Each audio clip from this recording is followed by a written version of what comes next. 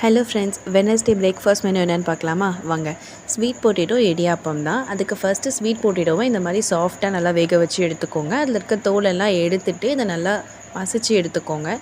கொஞ்சம் சூடாக இருக்கும்போதே மசிச்சுக்கோங்க, அப்போ ஈஸியாக இருக்கும். அதுக்கப்புறமா இதை நம்ம ஃபில்டர் பண்ணி எடுக்க போகிறோம். எதுக்குன்னா இதில் நார் மாதிரி இருக்கும். ஸோ அதெல்லாம் இல்லாமல் இருக்கிறதுக்கு இந்த மாதிரி ஒரு ஜூஸ் ஃபில்டர் பண்ணுறதுல நல்லா ப்ரெஸ் பண்ணி எடுத்துக்கோங்க. இப்போ பார்த்திங்கன்னா அந்த நார்லாம் தனியாக வந்துருச்சு.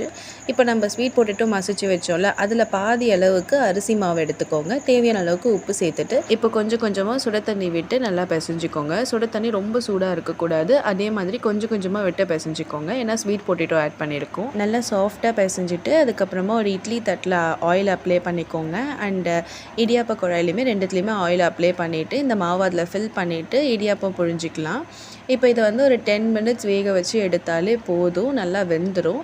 இது கூட தேங்காய் பால் அண்ட் நாட்டு சக்கரை அண்ட் ஏலக்காய் தூள் இது எல்லாத்தையும் ஆட் பண்ணி சாப்பிட்டு பாருங்கள். அவ்வளோ டேஸ்ட்டாக இருக்கும். எப்படி இருக்கும்னா, என்னவளே அடி என்னவளே இந்த நீதயத்தை தொலைத்து விட்டேன் அப்படி இருக்குங்க. நீங்களும் ட்ரை பண்ணி பார்த்துட்டு கமெண்ட் பண்ணுங்கள், லைக் பண்ணுங்கள், ஷேர் பண்ணுங்கள் அண்ட் சப்ஸ்கிரைப் பண்ணுங்கள். டாடா பாய்.